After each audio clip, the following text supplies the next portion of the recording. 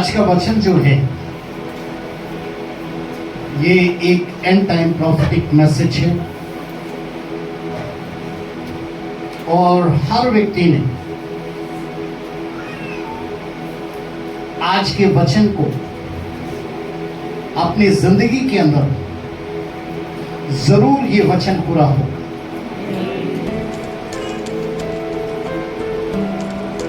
दो विश्वासी एक जगह पर बैठे हैं और दोनों की उम्र हो चुकी है।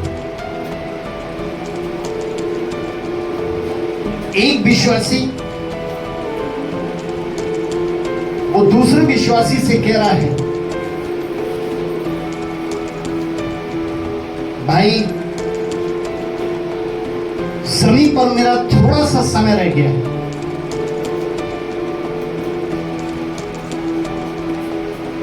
घर के हालात ठीक नहीं हैं, घर में बहुत सी रुकावटें हैं, बहुत सी समस्याएं हैं, कर्ज है, मर्ज है, रवैया अच्छा नहीं है। तो भाई मुझे ऐसा लग रहा है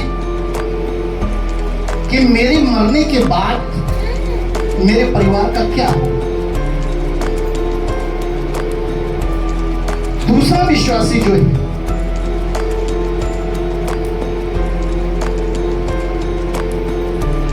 वो पहले वाले से क्या कि भाई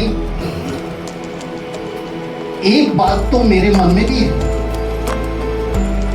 और मेरे मन में ये बात है कि मैंने अपने घर के अंदर, अपने परिवार के अंदर अपनी पत्नी, अपने बच्चे, बेटा बेटी से लेकर एक एक जन प्रभु के वचन में सिखाता रहा और मैं सीखता रहा।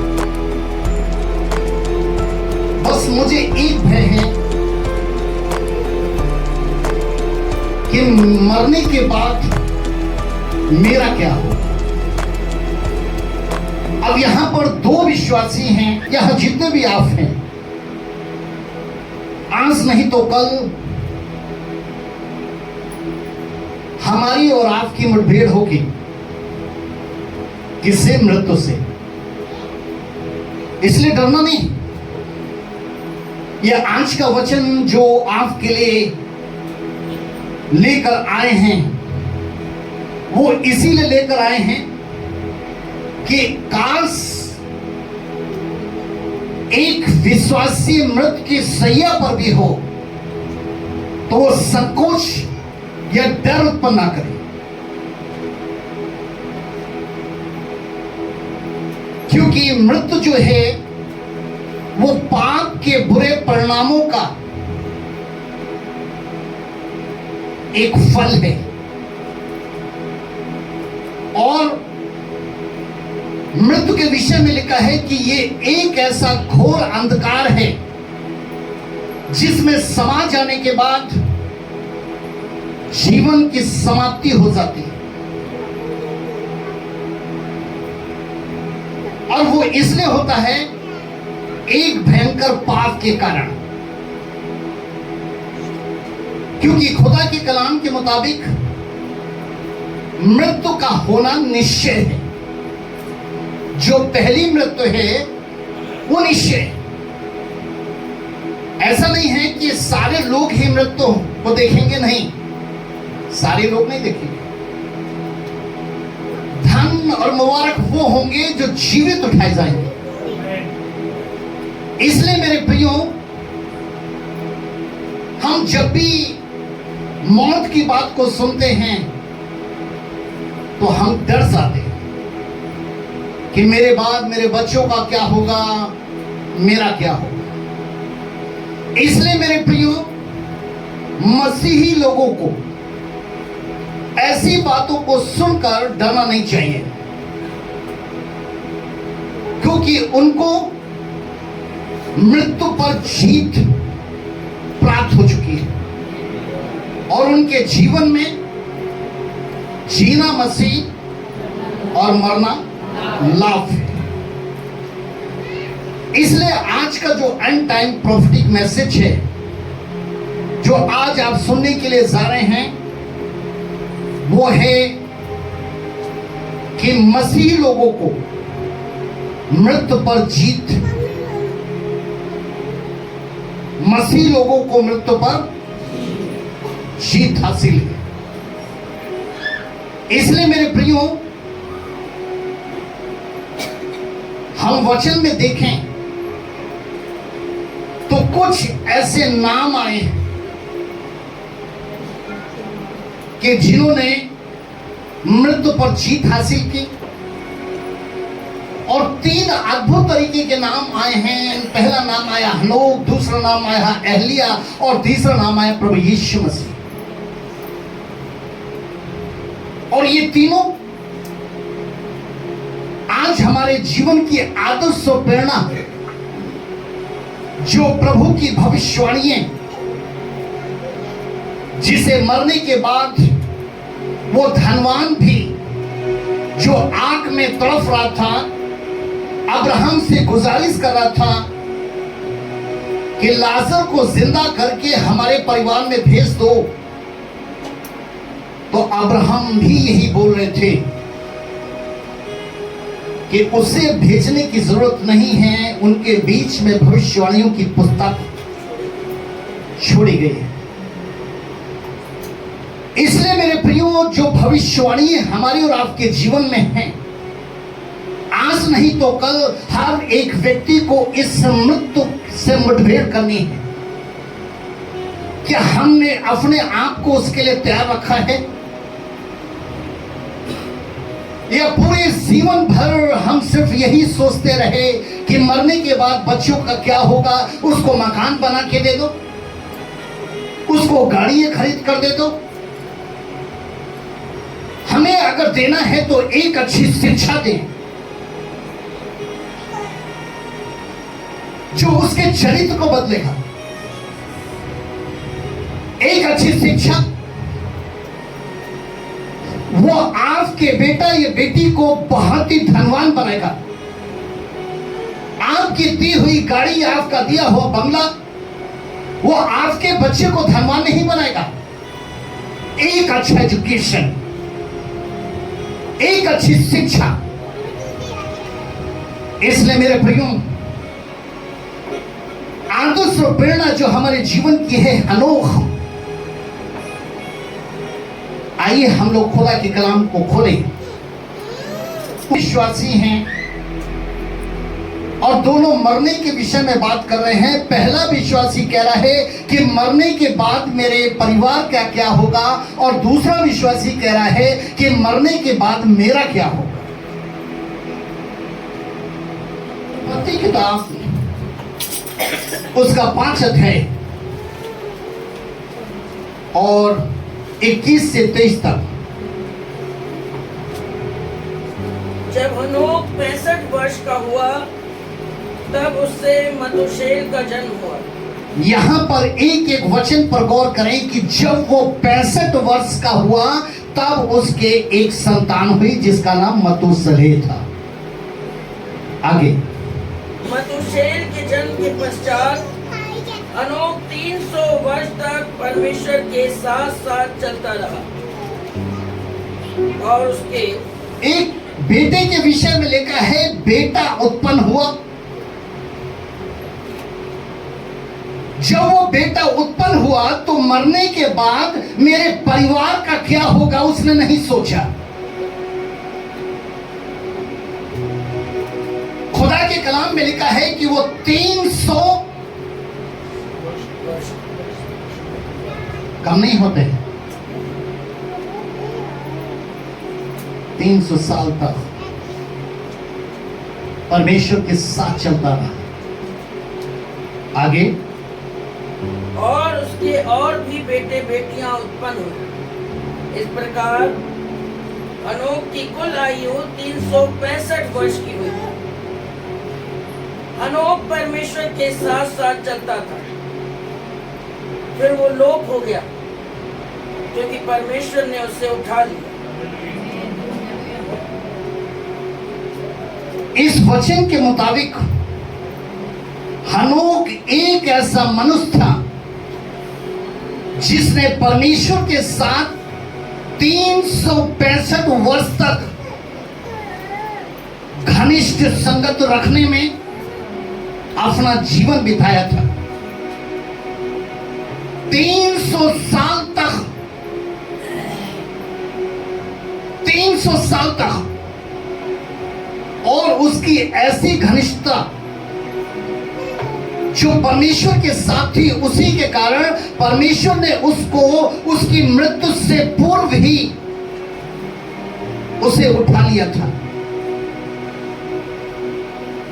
ताकि आज की जनरेशन जिसमें हम और आप हैं, आज का विश्वासी जो सच्चाई की राह पर चल रहा है और जानने की कोशिश करता है, जो मैं दुख उठा रहा हूं इसका भविष्य क्या है, उसके लिए ही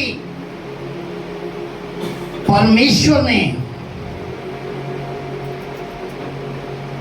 एक आशा विश्वासी रखे कि मृत्यु हारी हुई है, मृत्यु का डंक कुचला जा चुका है, क्योंकि मृत्यु पर परमेश्वर का अधिकार है। मृत्यु पर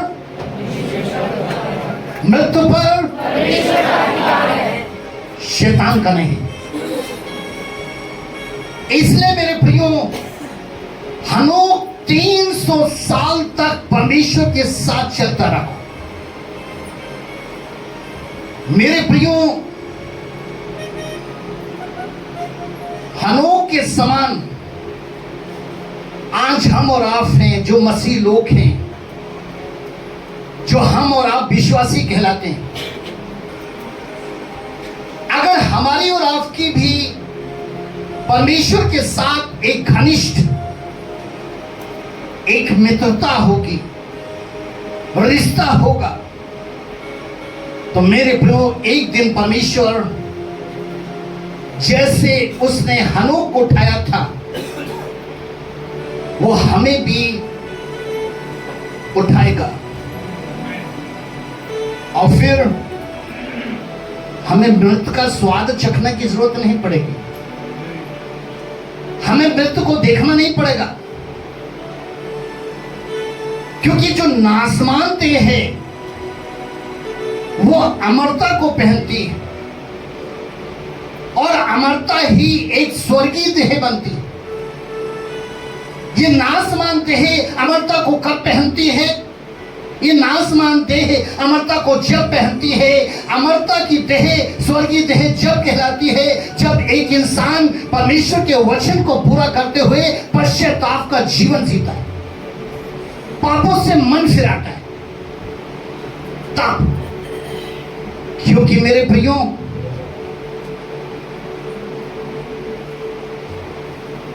हनोक कौन से वक्त में था?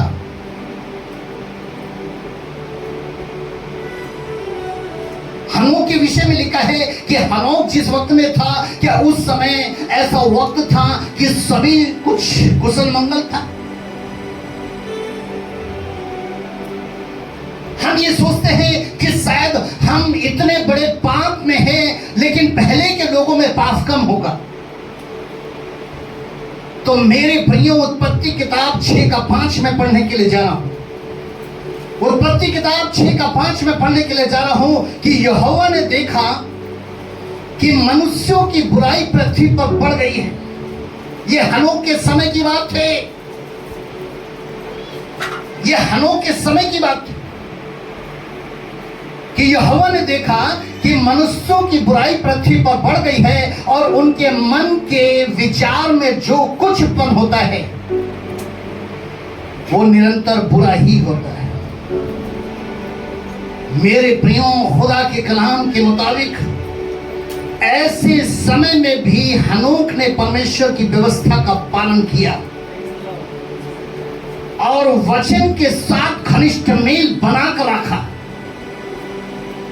उसका चरित्र सच्चाई, पवित्रताई का प्रतीक था। परमेश्वर ऐसे ही पवित्र लोगों को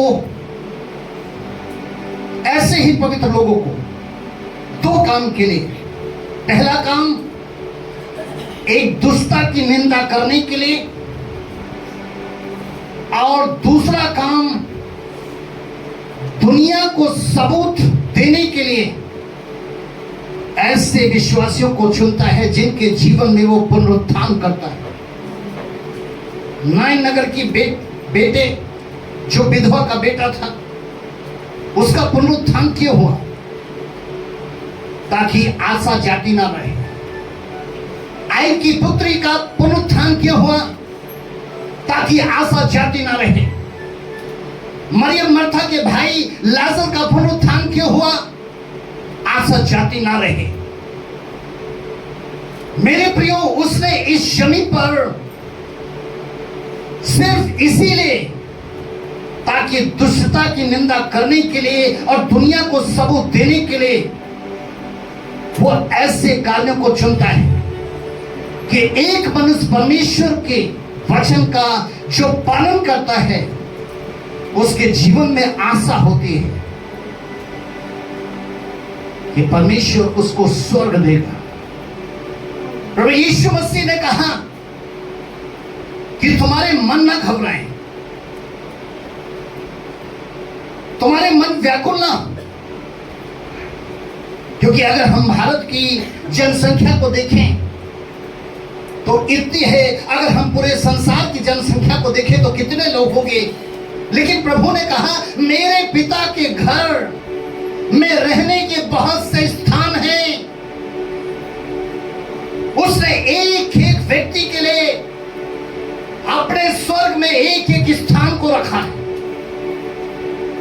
इसलिए मेरे प्रियो, इस जमीन पर वही लोग एक स्वर्ग के बाशिंदा होंगे जो परमेश्वर के पवित्र वचन का पालन करते हैं, उसके आदर्श और प्रेरणा को फॉलो करते हैं, सच्चाई पवित्रता का जीवन जीते हैं, संसार के साथ संसारिक नहीं होते, शरीर के साथ शारीरिक नहीं होते, बल्कि वो संसार से हटकर, शरीर से हटकर वो परमेश्वर का निज संतान बनकर वो जीवन जीते हैं। इसलिए मेरे प्रियो, हनोक का धर्मी जीवन पाप के बिल्कुल विपरीत था। उसकी सच्चाई पवित्रता खराई ही परमेश्वर के साथ 365 साल तक चलने में मदद कर रही थी। उसकी सच्चाई, उसकी पवित्रता, उसकी खराई, यही आपके जीवन में होने से आप परमेश्वर के साथ चल सकते हैं, आप परमेश्वर के सामने खड़े रह सकते हैं, आप परमेश्वर को सुन सकते हैं, आप परमेश्वर को महसूस कर सकते हैं, और आपकी हर एक आशा वो पूरी हो सकती है। एक गवाही आई हनोक के विषय में, यहूदा की पत्री पहला अध्याय उसके 14 पद में, हनोक ने भी जो आदम से 7वीं पीढ़ी में था, आप समझ सकते हैं, 7वीं पीढ़ी में था, इनके विषय में ये भविष्यवाणी की कि देखो प्रभु आपने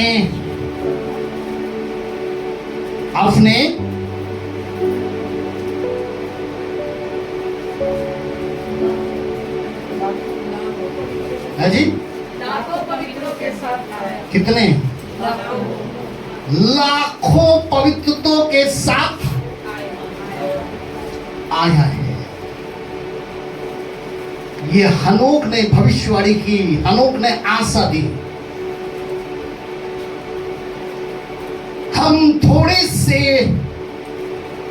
अपने सुख के लिए परमेश्वर की मर्जी, परमेश्वर की इच्छा को टाल देते हैं।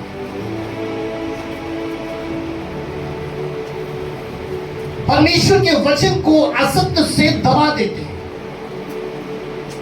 सिर्फ थोड़े से सुख के लिए।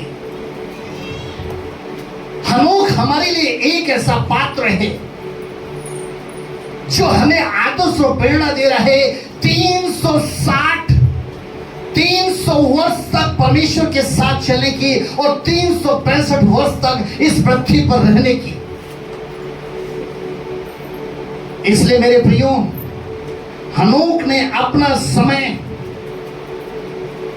व्यर्थ में या फिर सुख प्राप्त करने के प्रयास में नहीं लगाया, जबकि उसके समय में बहुतेरे लोग दुनियावी शौक, मनोरंजन, खान पान ऐसे समय में अपना जीवन जी रहे थे। उस समय भी ऐसा वक्त था, लेकिन हनोक ने उन सारी चीजों से अपने आप को हटाया था। हनोक के विषय में लिखा है कि हनोक का रोजमर्रा का जीवन परमेश्वर के वचनों के प्रति गंभीर था। वो जब भी सोकर उठता था और जब अपने रोजमर्रा के जीवन को जीने के लिए बाहर निकलता था तो वो गंभीर होता था कि कहीं ऐसा ना हो कि परमेश्वर की जो सच्चाई है, पवित्रताई है, वो खराई है, उसके प्रति मैं दोषी ना ठहर सकूं। वो इसके प्रति सीरियस था। परमेश्वर के वचनों के प्रति जो इस जमीन पर आदर्श और प्रेरणा और जो व्यवस्था के तौर पर दिए गए थे, उसके प्रति वो गंभीर था।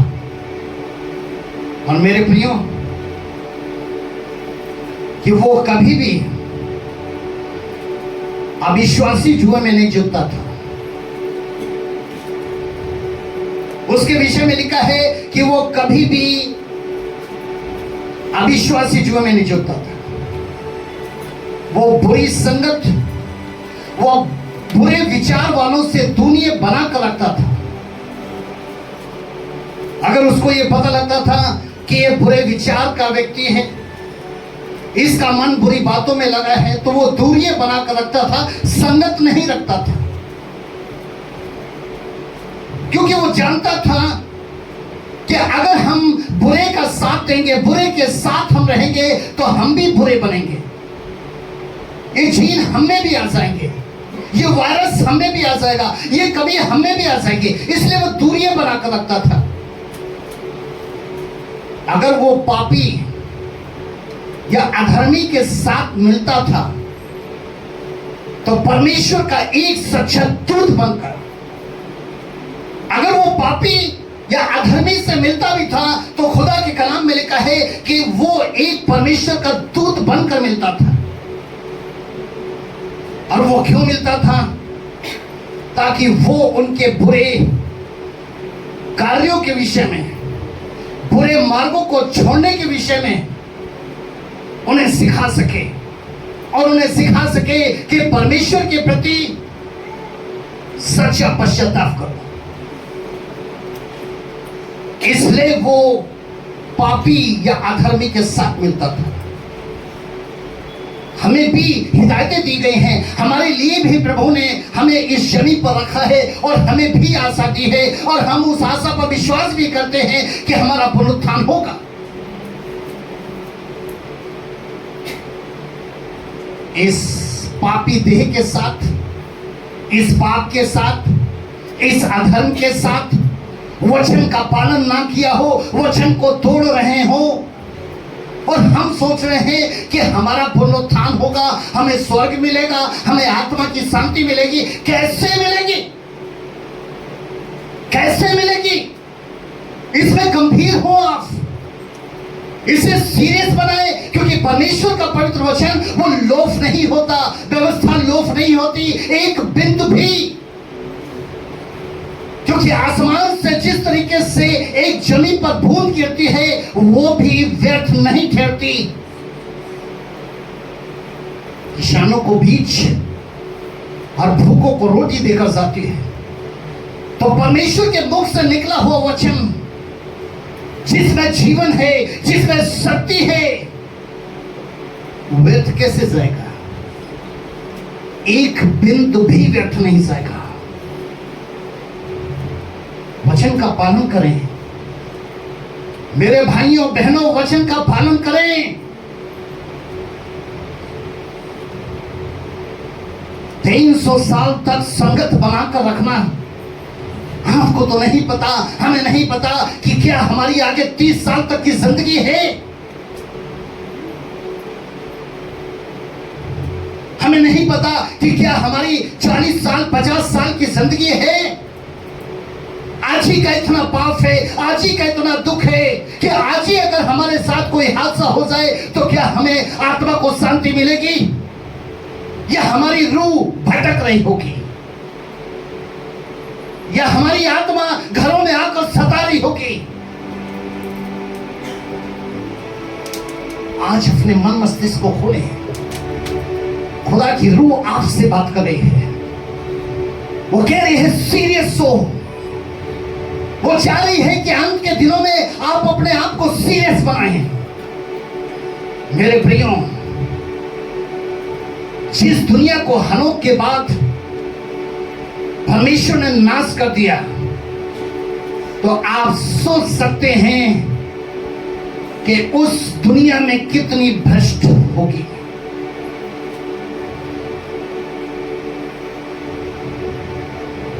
वो अगर चल रही थी तो हनोक जैसे अनेक ऐसे विश्वासी थे जिनकी वजह से पृथ्वी जल दे रही थी, आसमान जल दे रहा था, पृथ्वी में से उपज उग रही थी, सूरज चमक रहा था, हवाएं चल रही थी, ऑक्सीजन मिल रही थी। उन विश्वासियों की वजह से जो सच्चाई पताई खराई से उस वक्त में जीवन जी रहे थे। कल आज युगाने युग सर्वदा एक सा रहने वाला परमेश्वर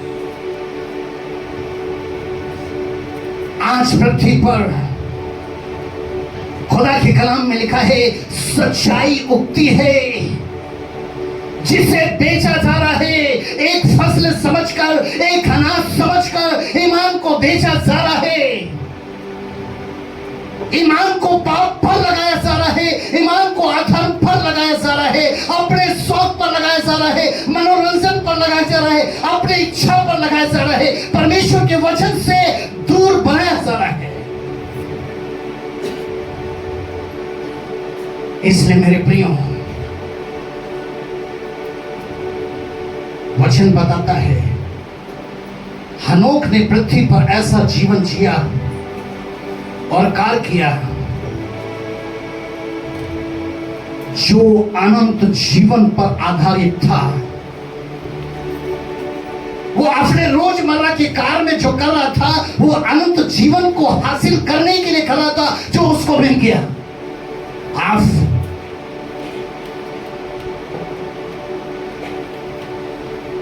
आप कैसा जीवन जी रहे हैं? आप कैसा जीवन जी रहे हैं? क्या वो जीवन जी रहे हैं कि मरने के बाद अनंत जीवन मिलेगा?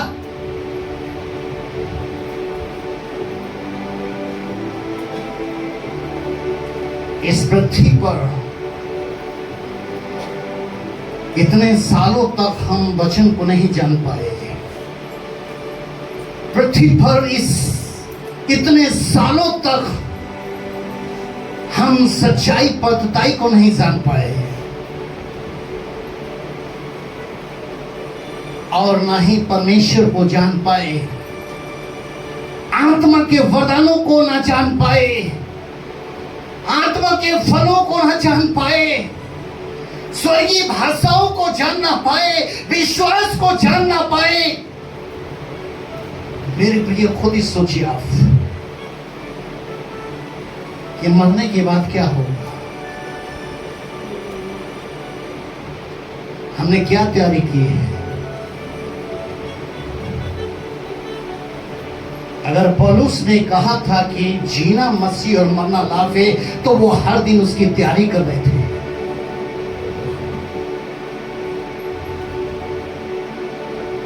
पहला थिस्सलुनीकियों 4 अध्याय उसका 16 और 17। पहला थिस्सलुनीकियों 4 अध्याय उसका 16 और 17। क्योंकि प्रभु आप ही स्वर्ग से उतरेगा, आप ही उतरेगा।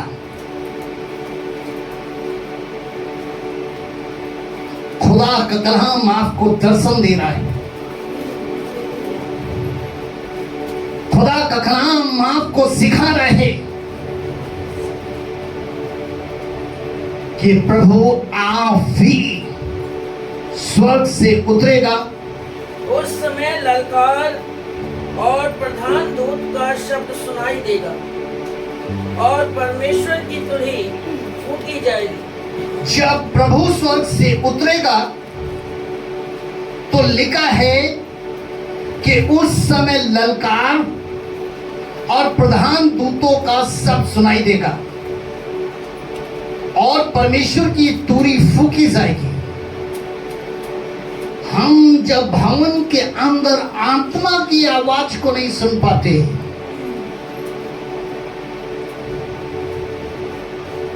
रूह को महसूस नहीं कर पाते, क्योंकि रूह के प्रति, पवित्र आत्मा के प्रति हमने अपने कानों को बंद करके रखा है, आंखों को बंद करके रखा है, मन मस्तिष्क पर लोक लगा दिया है, ताले लगा दिए हैं, क्योंकि संसार में इतने बिजी हैं कि अगर हमने अपने कान को खोल लिए, अपनी आंख को खोली, तो हमारा बुरा चरित्र सामने आ जाएगा।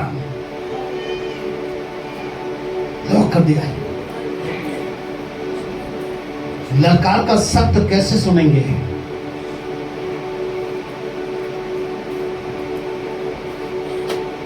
जो परमेश्वर की तुरही फूकी जाएगी वो कैसे सुनेंगे आप? और आगे सुने।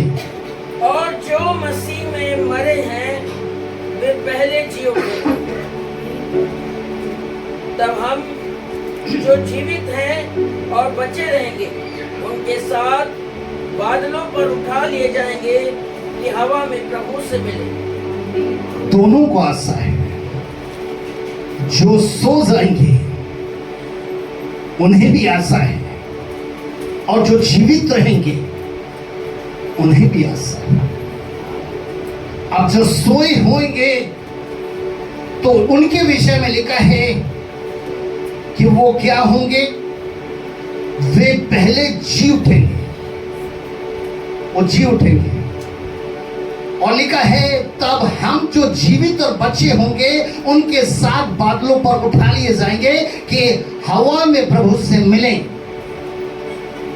और इस रीति से हम सदा प्रभु के साथ रहेंगे। इस वचन के लिए हम जोर से ताली देंगे।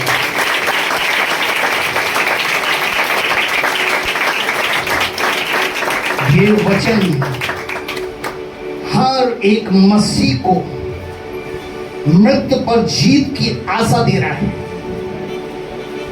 इसलिए हमें डरना नहीं चाहिए, क्योंकि प्रभु यीशु ने हमें मृत्यु के भय से छुटकारा दिया। कैसे? खुदा के कलाम में लिखा है जितने भी मृत्यु के भय के मारे जीवन भर दासता में फंसे थे उन्हें छुड़ा ले। द बुक ऑफ हिब्रू 2:15 में, इब्रानियों की पुस्तक उसके 2:15 में परमेश्वर ने प्रॉमिस किया है।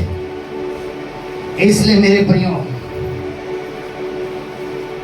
आज के वक्त में भी पाप बढ़ रहे हैं।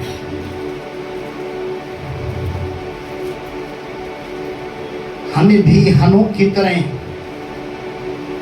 अपनी इच्छा को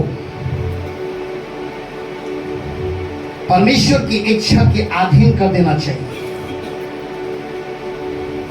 और परमेश्वर के वचन के अनुसार जीवन जीना चाहिए। अपने मन मस्तिष्क को हमेशा परमेश्वर की ओर बनाकर रखना चाहिए।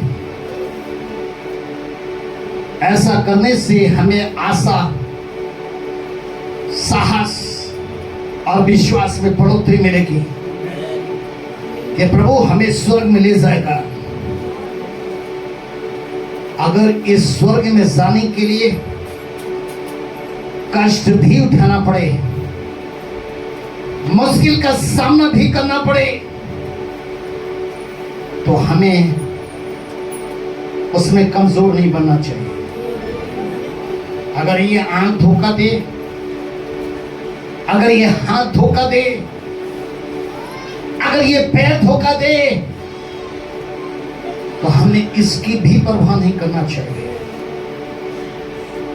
क्योंकि बेहतर यही है कि उस समय बगैर हाथ बगैर आंख बगैर पैर के हम स्वर्ग में तो होंगे, क्योंकि स्वर्ग में रिश्ते नहीं होते, आत्माएं होती हैं, स्वर्गीय देह होती है जो अमरता को पहनती है। एक रूहानी जिस्म होता है। इसलिए प्रभु ने कहा कि अगर आंख धोखा दे इसे निकाल दे, हाथ धोखा दे इसे निकाल दे, क्योंकि दो हाथ से एक हाथ बेहतर है कि अगर तू स्वर्ग जा सके। इसलिए हमें थोड़ा कष्ट भी उठाना पड़ता है, रोटी कपड़ा मकान के लिए, नून तेल लकड़ी के लिए, आपकी इच्छाओं के लिए। उसे क्यों नहीं सह पाते? ये क्लेश थोड़ा सा होता है, थोड़े से समय का होता है। बहुत से लोग वचन को इसलिए पूरा नहीं कर पाते क्योंकि वो लोभी हैं, स्वार्थी हैं। क्या ये लोभ, ये स्वार्थ आपको स्वर्ग देगा? क्या ये आपके बच्चों में, आपके परिवार में आशीष, ये कुछ नहीं देगा। इसलिए मेरे प्रियो, परमेश्वर के वचन के अनुसार मसीह वही कहलाता है जिसका हर काम कठिन होता है और वो करने से घबराता नहीं, उसे कहते हैं मसीह। मसीह कभी डरपोक नहीं होता, कमजोर नहीं होता, क्योंकि मसीह ही है जिसे आशा है कि हम स्वर्गीय हैं।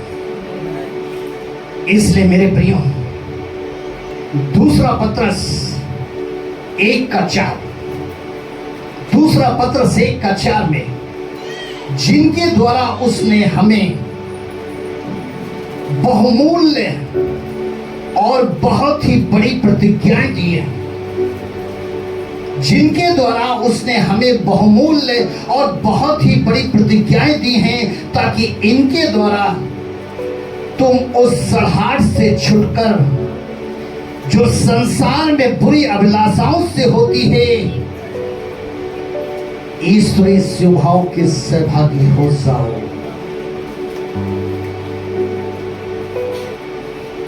तीन 3000 प्रतिज्ञाएं ये हमारे और आपके लिए, ये बड़ी हैं। इन्हीं के द्वारा हम उस सड़ाहट से छूट जाएं जो बुरी अभिलाषाओं की है, और हम ईश्वरीय स्वभाव के सहभागी हो जाएं। ईश्वरीय स्वभाव जो गाली को सुनकर गाली नहीं देता,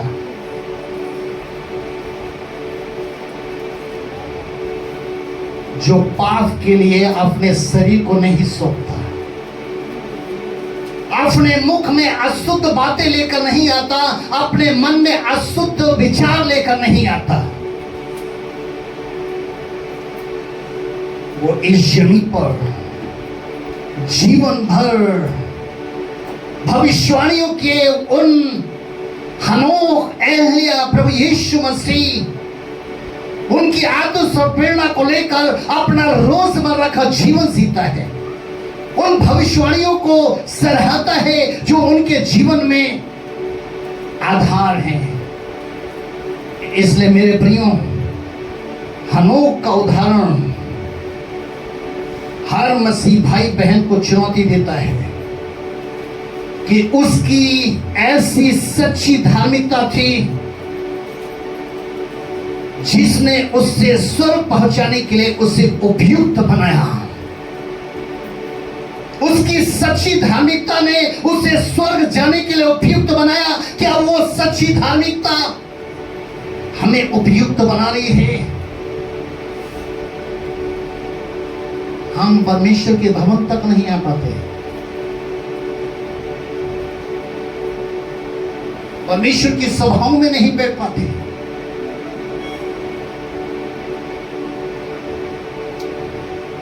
धर्म के काम मनुष्य को दिखाने के लिए करते हैं,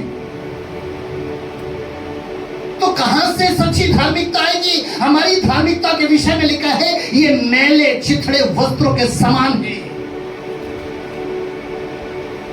अगर हनोक बनना है, अगर हनोक की तरह हमें आसमान पर जाना है, तो अपनी धार्मिकता को एक सच्ची धार्मिकता बनाना है, क्योंकि यही सच्ची धार्मिकता आपको उपयुक्त बनाएगी स्वर्ग तक पहुंचाने के लिए। इसलिए मेरे प्रियो,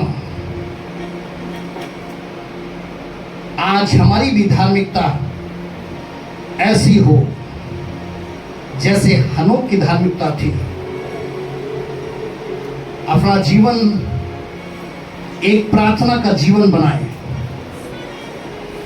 और जब तक आपका जीवन एक प्रार्थना का जीवन नहीं बनेगा, तब तक आपके पास सच्ची धार्मिकता उत्पन्न नहीं होगी। क्योंकि प्रार्थना ये आपकी आवश्यकताएं, जरूरतें बनकर जो परमेश्वर के पास जाती हैं, जो आत्मा और बुद्धि से वो मन मस्तिष्क विचारों को खोलती है, ताकि आप जान सके कि क्या सच है, क्या असत्य है। मेरे प्रियो, जरा ध्यान से सुनना। आपके मन में हमेशा एक विचार रहा होगा, यीशु मसीह के क्रूस को जानते हैं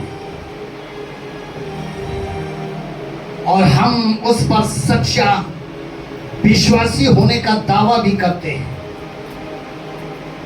क्या कभी ये जानने की कोशिश की है कि प्रभु यीशु मसीह ने कौन सा क्रूस उठाया था? स्वयं से इंकार कर और अपना क्रूस उठा और मेरे पीछे। हम क्रूस को तो जानते हैं और हम मसीह होने का गर्व भी करते हैं, हम विश्वासी भी कहते हैं। क्या कभी हमने जानने की कोशिश की कि मसीह ने जो क्रूस को उठाया था वो आत्मा और त्याग का क्रूस था? आपने कितना आत्म त्याग किया है, कितना त्याग किया है आपने? किसने अपना खेत प्रभु के लिए छोड़ा? किसने अपने बच्चों को प्रभु के लिए छोड़ा? किसने अपने धन को प्रभु के लिए छोड़ा? अरे प्रभु को तो इसलिए पकड़ के रखा था कि ये सब चीजें हमारे साथ रहें। मरने से तो इसलिए डरते हैं क्योंकि इनसे बिछड़ना नहीं चाहते, लेकिन बिछड़ना होगा।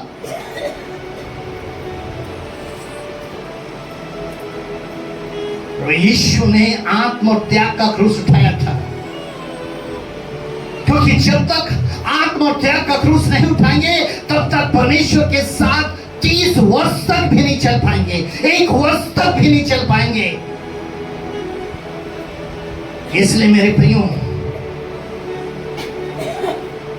अगर आप इस आत्म त्याग के क्रूस को उठाकर ऐसा करेंगे, तो वही आत्मा जो प्रभु का आत्मा है, जिसने प्रभु यीशु मसीह को पुनरुत्थान दिया, वही आत्मा हम में वास करेगा और हमें भी वही आत्मा पुनरुत्थान देगा। और जब तक हम जीवित होंगे, वही आत्मा परिवार, पड़ोस और समाज में प्रेम, संयम और सामर्थ्य को बनाकर रखेगा। इसलिए मेरे प्रियो, हम जाने कि हनोक क्यों उठाया गया।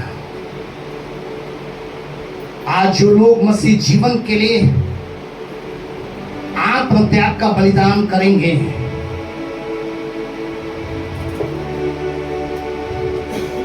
उन पर कुछ चीजें होंगी। नंबर 1, स्वर्गीय कबूतर मंडराएगा। स्वर्गीय कबूतर आप जानते हो। नंबर 2, धर्म का सूरज हमेशा उन पर उदय होता रहे। आत्म त्याग का जीवन जीने वालों में। और नंबर 3, परमेश्वर का तेज, परमेश्वर के तेज का प्रकाश सदा वैसे ही बना रहेगा जैसे हनोक पर बना था, आज वैसे आप पर भी बना रहेगा। इसलिए मेरे प्रियों, भजन संहिता किताब 119 अध्याय के 18वें पद के अनुसार आपके मन में एक प्रार्थना हो, मेरी आंखें खोल दे, मेरी आंखें खोल दे प्रभु, मेरी आंखें खोल दे कि मैं तेरी व्यवस्था की अद्भुत बातें देख सकूं। मेरे प्रियों, हनोक कैसे चला उसके विषय में लिखा है, उसने अपने दिल व दिमाग में महसूस किया कि वो वचन में पूरा है। उसने अपने दिल और दिमाग में महसूस किया कि वो वचन में कंप्लीट है, वो वचन में सीरियस है, वो वचन का पालन कर रहा है। और उसने ऐसा हर एक मार्ग छोड़ दिया जो वचन के विपरीत था। आज बहुत से लोग सत्य के वचन के प्रति आंखें बंद करके जीवन जी रहे हैं।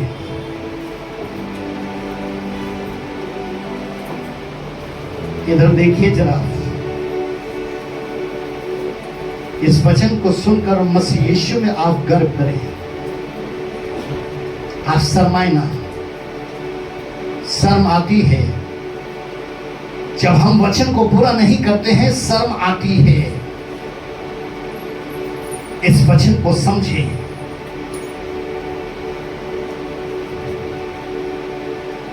कि आज बहुत से लोग सत्य के वचन के प्रति आंखें बंद करके जीवन जी रहे हैं, क्योंकि वो अपने जीवन में छुपे हुए दोष, गलतियां, अधर्म, पाप देखना नहीं चाहते। खुदा के कलाम में लिखा है, ऐसे विश्वासी, ऐसे मसीह शैतान के धोखे और शैतान के जाल में है। उन पर कभी भी पलक झपकते कुछ भी हो सकता है।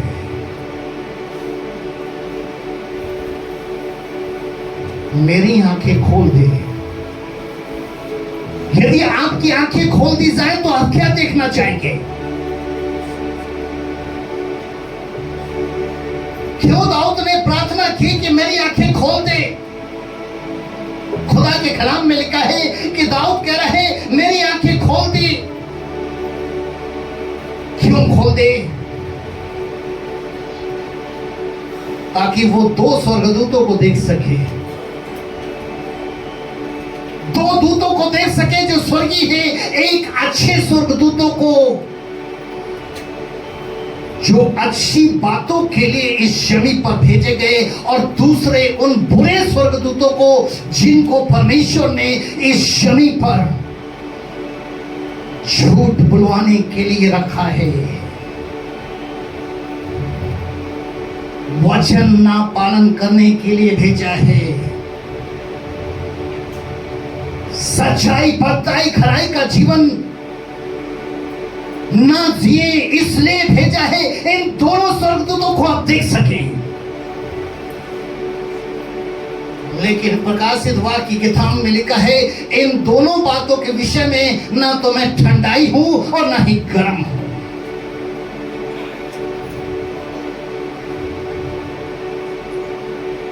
मसीह लोगों को मृत पर जीत हासिल है। इसलिए मेरे प्रियो,